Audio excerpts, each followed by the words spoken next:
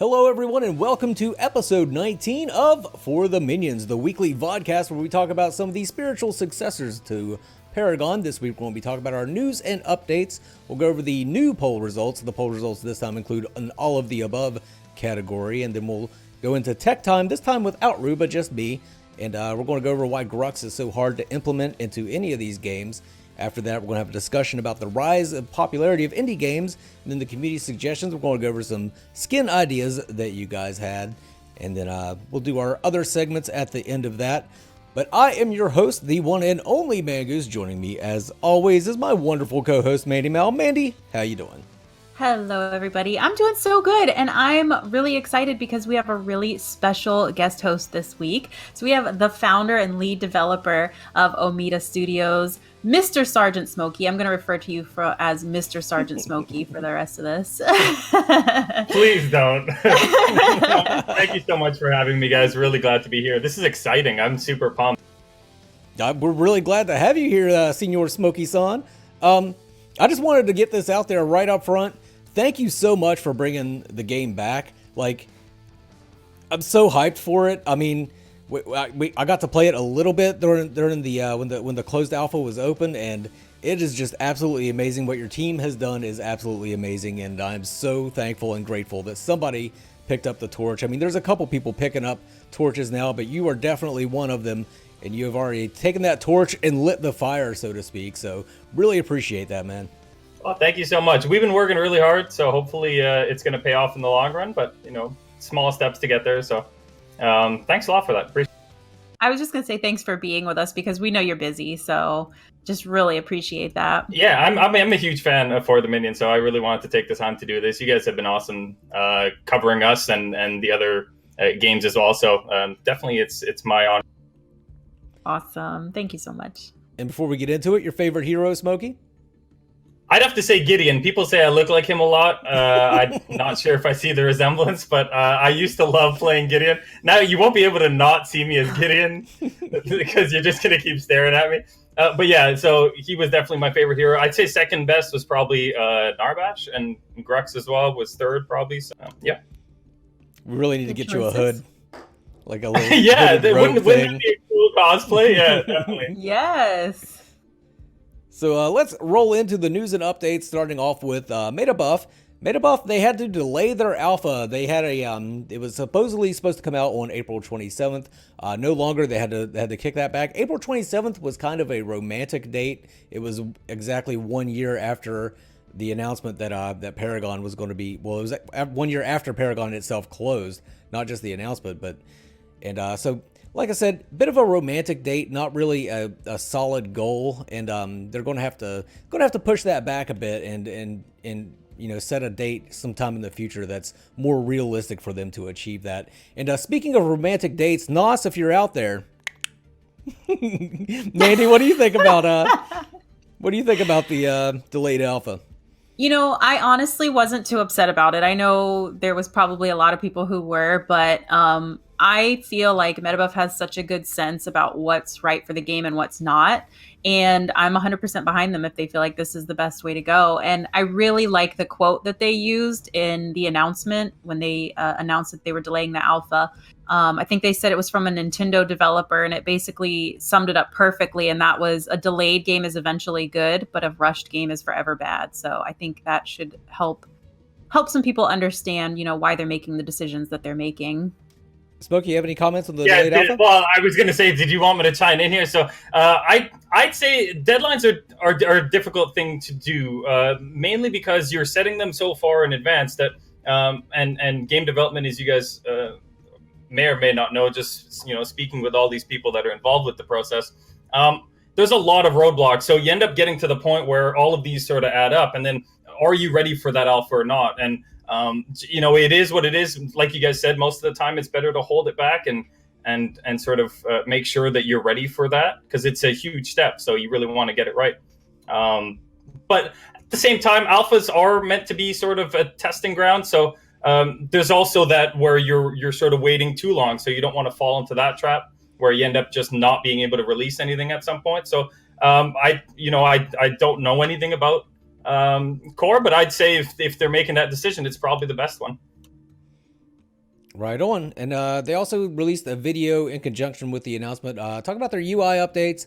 And they showed a lot of different details about their UI. The UI looks really good. And you can kind of glean some hidden information in there if you really look for it. Like they had a tab for alliances, which is going to be their guild or clan system or what have you. So that's confirmed, and you can see that they're draft picking in the UI. So there's a lot of things you can kind of on the sly take a look at. And if you haven't, go ahead and head over to their YouTube channel and check out the UI trailer. Yeah, I thought little interesting thing that I saw in that trailer was the proving grounds that said, like new trials have been added or whatever. I thought that was very interesting. And it seems like maybe that's, I think we had previously talked about having a kind of practice area or whatever you want to call it, more than that goes beyond just like an AI game. So that looked interesting to me. I'm interested to see exactly, how that's going to work out. And the new map test, they sent their new map out for people to test. You guys, of course, saw it for the minions already. That was actually an even earlier version of the current map. They adjusted some things in the new release. And I thought that was really cool. I like the way they're doing that. It gives people a little taste of what they're up to, and it gives developers and influencers a chance to give a little bit of feedback on stuff they find that they don't think is so great about the map, and then of course everybody's giving feedback on what they love about the map, because everybody's really enjoying that map. What I found interesting is different content creators seem to focus on different elements of the map specific to where they played Paragon. Like I played a lot of support and offlane, especially offlane when it was 1v2. That was my jam. I know it wasn't balanced. I know it wasn't fair, but I loved it. It was fun. But the offlane, like, I had a problem with because it favors casters over melee heroes because the one harvester's there, so a caster can push a melee hero out, set the harvester with like no problem, and they could do all of that safely from a ledge that is well away from the jungle entrance. So it was a very caster-friendly solo lane. So that's one of the problems I had with it. But a lot of people had different critiques, and that's fine. It's good to get those critiques out there right now, and then change things about the map for later. Mandy, you played around on it, did you not? I did indeed. I liked the addition of the stairs that they added, some of those like stairs and platforms that they added coming in and out of the jungle. And then it also seemed like they lowered some of the walls, like the walls that like there would be a solid wall and then a fog wall. It seemed like they lowered some of that solid wall. And I think that was a good addition, because not every hero is going to have the vertical movement of a Kalari or a Wukong or what have you. So I liked that. That was just a couple things that I noticed right off the bat. If I could just add in some comments here, a lot of the sort of the environmental stuff when you're building the game has to do a lot with the gameplay as well. So it's going to be interesting to kind of see, once gameplay gets in there, the additional critiques that people have about it. Because a lot of this, it's difficult to tell exactly how stuff is going to work out by just a map. So I think once the gameplay gets introduced, then people will be able to sort of set up a scenario where, okay, this person is at that camp, for example. Is this the ideal place to put this and that? So without all of those other people playing the game at the same time and sort of interacting with it properly, it's difficult to make assessments. So a lot of people are sort of making these preliminary assessments, but I don't know if they're worth a whole lot without actually sort of playing the game properly and having a full match. And then you'll really see when something works or when something isn't. So I appreciated some people when they were trying out these map tests, they were like, well, I would like to wait until I actually see proper gameplay to try some of this stuff out. That's probably the best way to go, I'd say. But yeah, it was interesting nonetheless to see some of the content that was getting brought out. But I do like when people sort of reserve their judgment for after gameplay comes out. That way, at least you get the whole scope of things, so that you're not making changes before you actually try the real game out. Right. There's a lot of people making some broad statements about the map. Yeah, that's what I was finding as well. There was very opinionated sort of statement.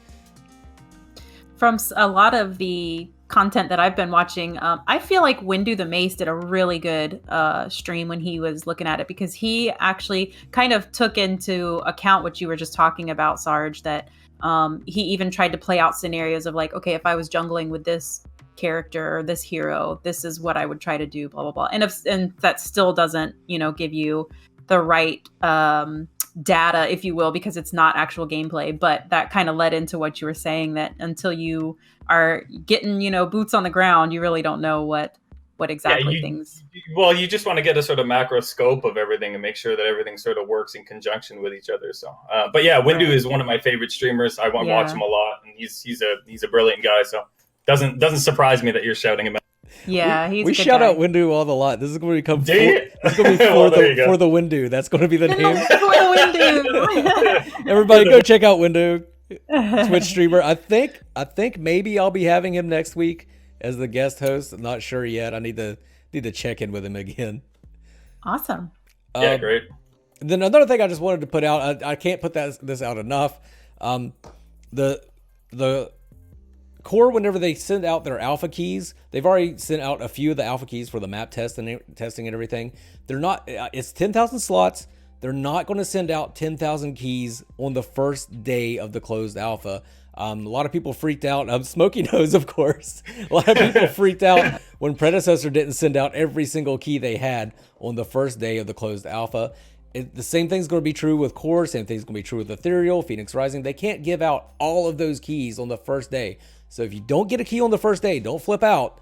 Just, hang tight. It's probably, it might be coming. Maybe you got selected. Maybe you didn't. I don't know. But just, hold your horses, as we say in West by God, Virginia. And you might be getting that key. Just, tone it down a little bit, guys. Tone it down.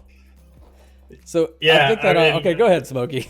Yeah, I mean, I hate to say that you're wasting your time, but you may be wasting your time warning people about that. It seems like you can repeat it over and over again, but the expectations are just there. So, but I do want to say, yeah, the same thing as Mongoose said.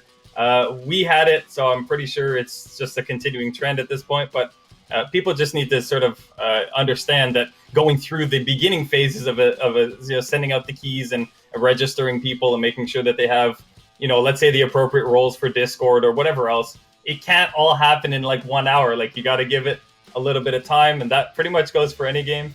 Let the developers enough time to sort of get through the process of registering you, make sure that your key is valid, make sure that, because there's some cross-checking there, you need to make sure that the person that's registering actually has a valid key, and then you need to set up, like I said, if it's for Discord, you need to set up the roles and make sure that they have the proper channels of communication going. So it's just a long process, and to expect all that to be done instantly is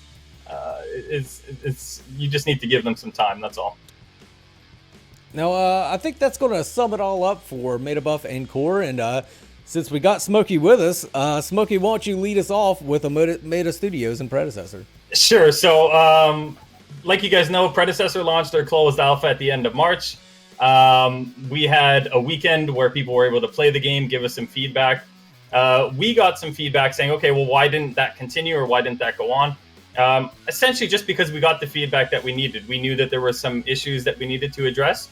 And we found that the amount of time that we provided was actually a success. So I know there's a lot of people saying, well, Predecessor's alpha flopped, or there were some issues, but that's essentially what an alpha is. It's very difficult to identify performance issues without throwing a whole bunch of players at a game. So during our testing, it was going very well. So when we released the game, it was a bit of a surprise to us that stuff was sort of not as optimized as we could have had it. That being said, we took all the feedback that we had, and we're basically rewriting most of the game's mechanics, including the ability system. So we're going to go with the gameplay ability system, which it wasn't using before.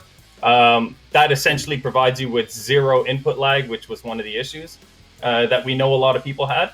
And the other issue was just network latency. So people were having sort of lag spikes and stuff like that. So we're addressing that as well. So there's no point in sort of letting the game run and letting people play it if it's in a semi-optimized state. We would rather close down the servers, get to work on it, and then relaunch it once we're ready to go. So that's what we're doing at the moment. I know we've been a little bit quiet. We haven't really streamed anything. We haven't really sort of sent out any announcements for the last week or so. But we're hard at work, and we'll be back soon. Right on. So everything's going well as far as updating and getting the game ready to come back into the closed. Yeah, I mean, as well as it could be. It's game development, so there's always stuff that we need to sort of figure out along the road. Unreal Engine is a tricky beast to get around, especially using the gameplay ability system. But we're sort of succeeding in what we're doing right now. So you guys should be able to see a prototype pretty soon. We wanted to release just a sort of state of the game video outlining what we've been doing for the last week or so. So you guys should be seeing that soon. We'll sort of give you guys an update on it. Maybe show you some examples of sort of before and after, so you guys can see a clear difference in the gameplay that we're sort of providing. And I think that'll give people a good idea as to how stuff goes, or sorry, how it's working with the client prediction that we're putting in and all the other sort of systems that are going to roll with that. So, but yeah, it's just a lot of work. Like, we just have to sort of scrap some of the stuff we had and restart. Yeah, you mentioned the gameplay, the gameplay ability system, right? Correct. Yeah. Yeah, that's going to be, we're going to be covering that next week on the show, like the ins and outs of that. Ruba's going to take us through that. Now, Ruba's an awesome resource for us. I know he's one of your moderators for your Discord. Do you ever tap into that? You ever tap into some of that knowledge? Often. Right, Ruba's been a wealth of knowledge for us, so definitely been sort of advantageous to have him around. We've been utilizing him a lot, so he's just amazing. He's a wealth of knowledge, like I said. Well, going back to wasting your breath and people not really listening to what you say, you guys were always very clear from the very beginning. That's why you never set a date as far as like the alpha will run from this date to this date. There will be this many people included in the alpha, because it was always to be determined by the information that you got back. So, right. But again, maybe some people didn't have their listening ears on when you said that. Yeah. So, I mean, we said it from the beginning, we're going to go with what we need for this closed alpha process. So, and that's what we've been doing. So admittedly, we probably could have sent out some more because the servers did have sort of some extra space. Sorry, my phone's going off. Apologize. So we did have some extra space that we could have utilized. So, in hindsight, we could have sent out more invites than we had. But sort of the process that we went through was to gain information and see how the game was running. And that's what we did. And so that's why that we were so vague about certain things, is because we didn't know how it would go. And sort of this is where we're at right now. So it's difficult sometimes to predict how everything is going to happen. It's better sometimes to just leave it open and say, well, we're going to sort of go with how it's going at that particular moment. So right on. What about the footsteps, Smokey? What about the footsteps? Patrick has already fixed the footsteps. Everyone has to stop mentioning the footsteps. We understand that they were a bit of an issue. We had actually mixed all of the sort of sound components in shortly before launching the closed alpha, so there wasn't a whole lot of time to test some of that stuff out. We added the audio, like the audio options as well, shortly before launching, so that wasn't something that had existed a long time, and we had time to test it out. It was something that we put in last minute and tried to sort of there were certain things that we predicted would happen, such as the footsteps and also the mini map that we had to disable and the scoreboard. Those were causing some last minute issues with our testing.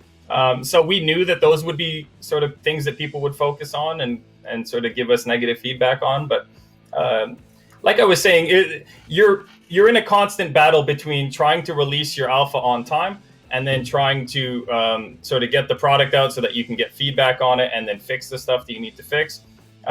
We could have potentially delayed our alpha as well.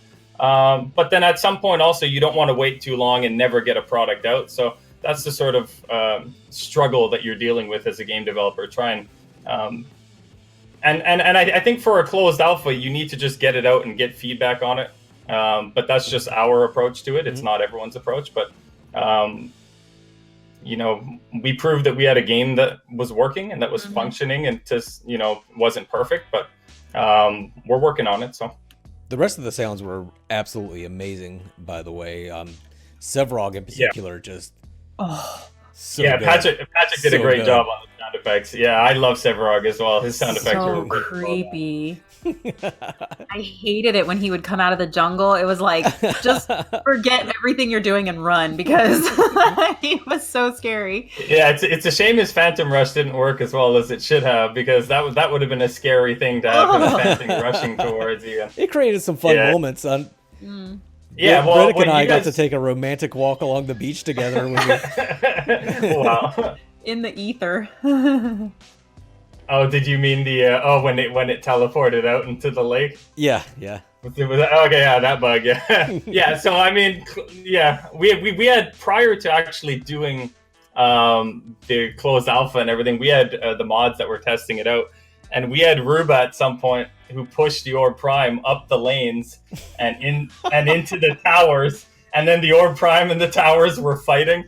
And oh man! He pushed the Orb Prime all the way to the core, and with the Murdoch shield bash, which could affect the Orb Prime, and we didn't know this, so he was testing it out, and then he ended up pushing the Orb Prime to the core, and then killing the core with it. So it was just really weird. It was some weird experiences that we had there as well. That's just stuff that you're not going to know until you get a whole bunch of people in there. It's stuff everything. It's stuff that's difficult to predict, right? Yeah. So, Right. but it was one of those funny moments that we had. That's Talk awesome. About a battle of epic proportions. Yeah, or Prime versus Core, it was legendary. All right, I think that's going to wrap it up for Predecessor. Let's move on to Ethereal. Not too much from Ethereal. We just got some new artwork for Nikolai, Leia, some Malaya artwork, and Dante. Smokey, I know you're kind of a fan of Ethereal and their stuff. I've spoken to a couple of people at Ethereal, and they are, like I was telling you guys earlier, some of the nicest people that I've ever spoken to. Their myths are amazing. I love the look of them. I love the style that they have. I'm a huge fan. Every myth that they've introduced so far, I've literally gone back and told them, "Wow, great looking myth!" Right up in their Discord. I'll just go tag somebody and say that looks amazing. So I'm sure they know by now that I'm a huge fan of theirs, and yeah, it just looks like a great game so far. That is so cool. Yeah, I've seen a few interactions between you and Owen, and it's always mutual respect. You can definitely tell that it's there. Yeah, we've had conversations on a couple of occasions, and yeah, like I said, just really, really great people. Love the team there. And this update, it's not huge. It's not as big as I thought it would be, but they put new emojis in their Discord. I have never been like an emoji kind of guy, but I find myself going to their Discord and looking for reasons to use these emojis. They're so much fucking fun. But yeah, I know a lot of people really dig emojis. So if you want yourself a new set of emojis and you have Discord Nitro, head on over to their Discord and get you some, because they're cute. They're cute, especially I like the Malaya kissy face one, and then the Noxus doing the dab. So. Yeah, I had went to go check them out right as you mentioned it previously, and yeah, they look like they're pretty cool. Definitely going to be stealing. So, moving on to Phoenix Rising, we really don't have anything for Phoenix Rising this week. Again, just want to let you guys know they're not dead. They're just laying low till they can produce something for the community. So that's going to move it on to poll results last week. And I've changed up the poll a little bit, so there's going to be no bar graph because I'm kind of starting over from scratch. Last week we had Core at 78%, Predecessor at 10%, Ethereal at 10%, Phoenix Rising at 2%. This week we had Core at 74%, Predecessor at 7%, Ethereal at 9%, Phoenix Rising at 2%, and then the new category, which is all of the above, which I think should be at 100%. Personally, I think everybody should be excited about all of these games. But yeah, it's at 8%, so that'll be the baseline for the poll from here on out. I'll no longer do the bar graphs. So you should have put the all of the below so that you put that option first, because I actually voted and then I got down to the bottom and I'm like, crap, I probably should have voted for all of the above, but I had already voted at that point. So maybe include that as the first option, just to encourage people to click. I think I'll include it as the first option. Yeah, that's probably the best one. You know, everyone's out here working, so I'm pretty sure people would vote for that more often. But what I'm going to do, though, is I'm going to keep it as all of the above so people get really confused. Yeah. Now this week, like I said, we didn't have Ruba.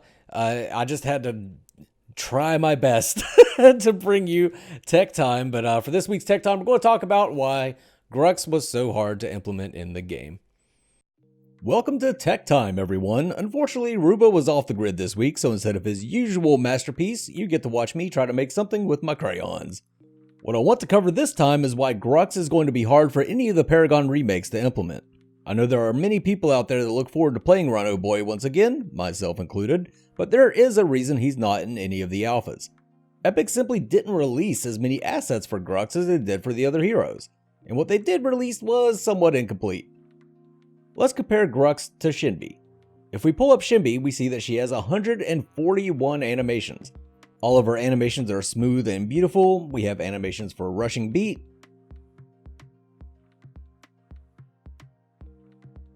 line tempo,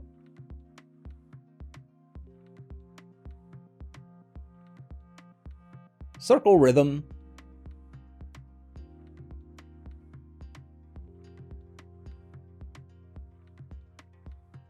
and all kill.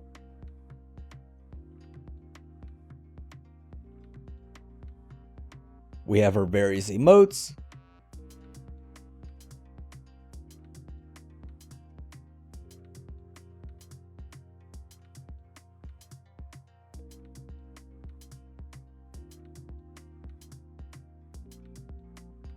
jump pad animation, and there are even some travel mode animations for her. More importantly, she has a slew of movement animations. Now let's compare that to Grux. Grux comes with 101 animations. 11 of those are for travel mode, so they really don't count for now. Included are things like double pain, his old dash ability, the new Shoryuken uppercut. Shoryuken! However, there is nothing here for smash and grab. Also, his ult animation is simply incomplete. Many of these companies are trying to bring Paragon back in the state that's closer to Legacy, and the animations for that simply aren't here for our boy Grux. We do have his taunts, but for real, taunts are cool, but I would prefer that he have the ability to move fluidly in combat.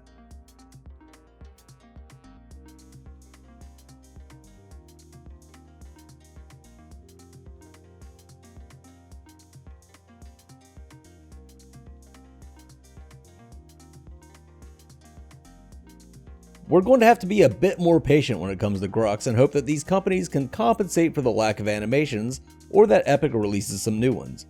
I personally didn't expect Epic to include more after the initial release of the assets, however I find some new ones every time I come in here to mess around. Let's hope that Grux is on the list for some unreleased animations.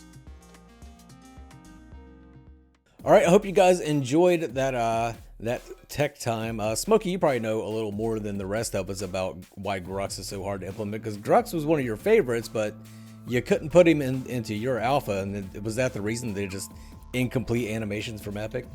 Right, so we had decided a while ago actually to exclude him and to put Severog instead, and that was part of the reason we just couldn't be bothered to start producing animations right now. We figured that we'd go with somebody that already had their kit a little bit more complete in terms of the assets that we were provided. So yeah, we had scrapped him because his smash and grab animation wasn't there, his alt animation wasn't there, so there were some components missing there. And I really would have wanted to put him in. When we were first starting on Predecessor, I had him as sort of my first character because we had only had half of the assets that were released, so Gideon wasn't there. So I was like, all right, we'll go with Grux. And so I was having fun building Predecessor with him as the character, and finally we couldn't even use him. Oh, that sucks. I really like Grux. Yeah, I loved his molten skin. It was awesome. Oh god, yeah. The beetle one, yeah, that was. Oh yeah. You like the molten skin, Mandy. No, I like the beetle when he said that. That was Mandy's favorite. Oh yeah. So seductive. You like them saggy man boobs on Grux, didn't you? It's all right, Mandy. It's okay if you like saggy man boobs. Everybody's got their thing. I'm not going to kink shame Mandy on the show. Don't kink shame. So let's move on with the topic for discussion this week, which is the current rise of indie gaming companies. I have always been a huge fan of indie games over AAA titles. I wouldn't say always, but you know, within the past, I don't know, 4 or 5 years, I have been. And I know when you and I started collaborating, you were just all about AAA until you started doing your Cheapskate Gamer videos, and you seem to have come around to the indie side. So what kind of affected that for you? 100%. Yeah.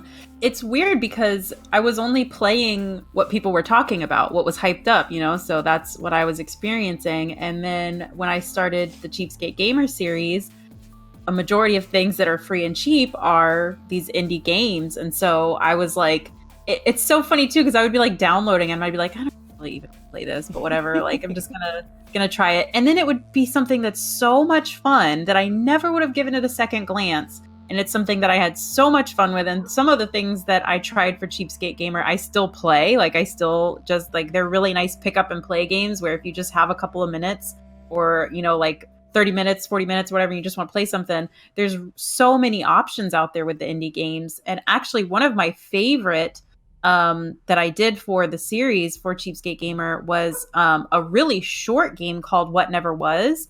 And that was actually just a project that I know I'm going to butcher his name, but I think it's like Aki or Ake Hallgreen, I believe.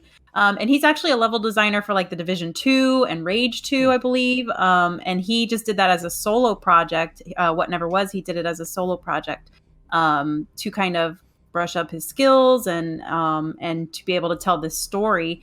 And it was like, it had such a lasting effect on me. I think that's the one that really, like, that's the game that made me an indie fan, I think. So it's fun. You know, you got to give things a chance. Yeah, the indie titles, they really bring something kind of new and fun, but they always kind of have to sacrifice graphics or things like that. They're usually kind of, you know, low graphic games that are just really fun. I mean, they might have really impressive visuals for what they have there, but they're still kind of low on the graphics. However, Smokey, with something like Predecessor, where you guys have access to AAA graphics from Epic, but you're still an indie company, you're kind of bringing the best of both worlds here. You got the AAA assets, the nice graphics, the nice particle effects, all that stuff, and then combining it with the kind of new, fun sort of pirate attitude of an indie developer company. I think that's just a lot of fun. What do you think about that? Yeah, so there's positives and negatives about that. So the positive side is obviously that the indie game that we're producing has amazing visuals, right? So it's going to look really great. The level is going to be great because of all the props that we have. The characters, the heroes are going to look amazing. The abilities or the animations and all that. So it gives the appearance of being a full-fledged sort of AAA game.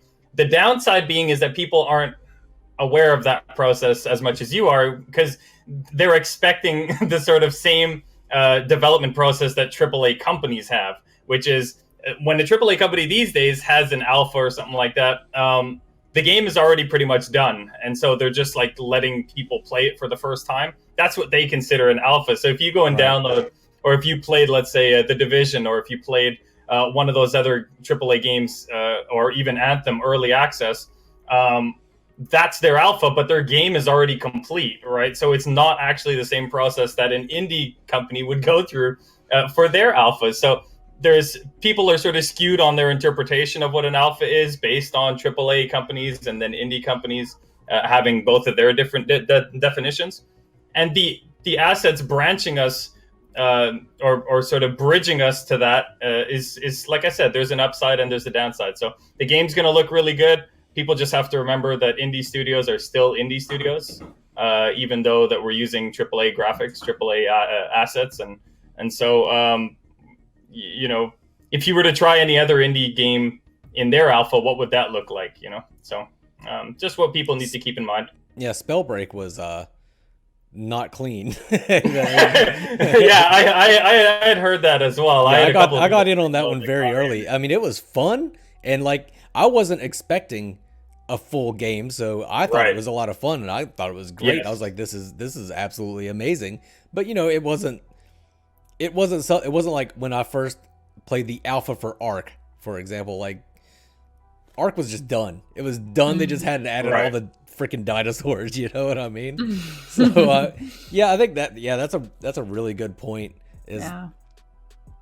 It sort of gives the illusion that we're AAA companies based on what we're creating. But then when it comes down to it, we're a small team, and even even having a larger team, just that doesn't exclude you from being an indie studio. If it's your first title, it's your first sort of released game, everything's new. You're still going to have the same hurdles that everyone else has creating their first game. So just ease up on people's expectations, I think, would be the message. Yeah. And these AAA companies have professional bug testing teams. Yeah, they hire people to do that. Right? Exactly. Before anybody ever sees that alpha. So yeah, good point. Man, do you have anything to add for the topic for discussion? I think I'm good. All right, Smokey. I actually really enjoyed playing Stardew Valley right as it first came out. I enjoyed playing just a bunch of indie games, and it's really cool seeing some of those take off from being like a 1 or 2 man team. There's also somebody that I watch on Twitch who's creating his own game. His name is Wheeze210, I believe, is his tag name. And he's creating a game called Galder using the Unreal Engine. And him, too, he's an indie sort of game developer. And it's just great to see that sort of game progression. And I'm just can't wait to see that get launched as well. It looks like a really cool game where he sort of combines spells together. So it really gets people. You can tell that the developer's really invested when it's an indie game. It's not just a cash grab. It's something that people have spent a long time working on. Particularly when they make their own assets, that they've literally made it from the ground up. So it's just really exciting to sort of see those companies grow and turn into huge companies like Minecraft did, and like Stardew Valley and those sort of popular games these days. Yeah, I mean, indie games have been taken a lot more seriously. I mean, Undertale won Game of the Year. I don't know if you guys have ever played Undertale, but look at it looks like something. It looks like in between Atari and Nintendo as far as the graphics go. But the game was absolutely amazing. The storyline was just super great. I mean, everything was just new and fresh about Undertale. Had an amazing soundtrack, and it won Game of the Year as an indie game that up against all these AAA titles with these super amazing graphics. And and even Celeste, I believe, was an indie game that was nominated for Game of the Year at the last 2018 Game Awards. Again, very 8-bit graphics on Celeste, I find that indie games are more risky in their sort of game mechanics, in their style. They can sort of try stuff that nobody else has tried. Those AAA studios tend to stick with sort of what works and what they know is going to sell. Whereas indie games can sort of stray away from that and say, well, I want to have this in the game and then try it out. And sometimes that actually it's enough to push them up and really make them stand out. So I think that having that freedom and not being sort of tied to, a publisher necessarily, or not being tied to a larger studio, sort of lets the creative juices go and people create some really like amazing games that are definitely worth taking a look at. So.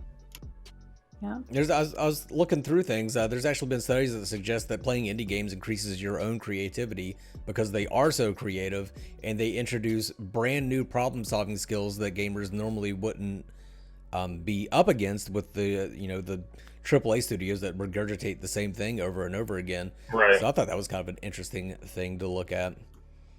Yeah, definitely. Very interesting. All right, I think that's it for the topic of discussion. Let's move on to community suggestions. Let me pull that up. I closed out my thingy ting. There we go. For community suggestions this week, I did a post asking for you guys' help to come up with some skins. You guys came up with some amazing skins, way more than I could possibly go over on one episode for the minions. So I'm gonna keep referring back to that post and getting more and more skins for each episode of For the Minions, because this was really fun. You guys had really great ideas, and I wanted to include them all, but I just couldn't go down a list of like 30 different skins. So if you don't see your skin on this one, then you might see it in one of the episodes down the road of For the Minions. So let's start going through some of these. we had a suggestion. I didn't get the name, but it was for a Wooden Grim EXE. Like, and what they said, it would be kind of like when Bender got downgraded. All of you guys saw that where Bender got turned into wood. But I think that would be absolutely amazing. And Grim was one of those heroes that never really got a proper skin. He just got some recolors and stuff. But Wooden Grim, what do you guys think?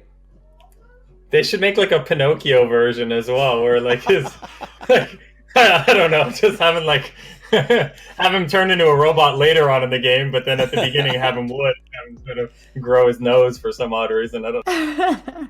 Oh, if they could have him being controlled by like a little fairy instead of the goblin thing that he was being controlled by. That'd be cool. Maybe the Fae, maybe a Tiny the Fae controlling Oh, Wooden Grim EXE. And then Joji had a King Kong skin for Rampage where he picks up cars and throws them instead of boulders. And a lot of people seem to really like this one. yeah. I think that's just a natural I love that fit, idea. right? It's just a natural fit. He just looked like he looked like a Davy Jones and a gorilla had sex, and here out came Rampage. So I think that one of the later movies had him as a white Rampage. Sorry, not Rampage, a white King Kong, which I didn't really like. I actually liked like the black sort of version of the King Kong, and that would be really cool. Just tossing cars and sort of grabbing maybe pieces of a building or something. Like each time you grab your rock, it's something else. It's just a different sort of prop that he's pulled out of the city. That would be cool. That would be so cool. All right, well, get on it. Get on it, Smokey. Yeah. I didn't say I was making it. I just said it'd be cool. Then we had Swooge 1 with he wants a fishing Richter skin. He's brought this up a few times on my channel. He wants him to have like a fisherman's vest, like the hat with all the lures and everything, and like a pole, so that when he throws Riplash, he hits you with a fishing pole and reels you in. I think that's another just natural fit. I think it would work perfect. I don't know. I can see that. Yeah, that'd be perfect. It would be hard to implement the pole. Like. Oh yeah. His ult would just be a boat that goes flying out and just stuns people. It stuns everybody. It's a big canoe.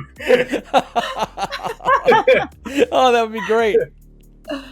Oh my god. Canoe just comes out of. And then Hefno had like a sort of a priest Gideon, which I thought would be really cool. Like instead of his sort of dark matter, cosmic energy, it would be like light energy, and it would have different runes for each ability, and like it would be the fires of heaven coming down instead of the galactic turd. And I think that just put him in like a more priestly white garb. I think that would be a really cool idea. Being a Gideon man, what do you think of that one there, Smokey? I completely agree. That sounds amazing. It sounds like a really great idea. I think thematically it would fit really well with his skills already. It wouldn't be a huge transition from one to the other. Just a lot of color changes, maybe some particle emitters that need to change. But for the most part, that would definitely work. I think it would look really. And then Mufune Man, I don't know. His idea was for a lifeguard Decker, bit of fan service at the end of these. But she could I think that would be cool because she could throw a beach ball instead of her stasis bomb. And we were discussing these earlier. Smokey, what'd you say? Instead of the containment fence, it would be one of those big lifeguard rings. Yeah, one of those big inflatable orange rings that just wrap everyone around it, so that you can't escape. I think that would be a great idea. I think it would look really cool. Not necessarily lifeguard, but they've made beach skins already, so it wouldn't be a big stretch. Mm-hmm. Yeah, and how cool would that look to have Decker and then Summer Fun Twin Blast? Yes, you had lifeguard. Right. Yes, exactly, that would be absolutely fantastic. I'm trying to think of Decker's other. Oh, the jumping one. But she can have a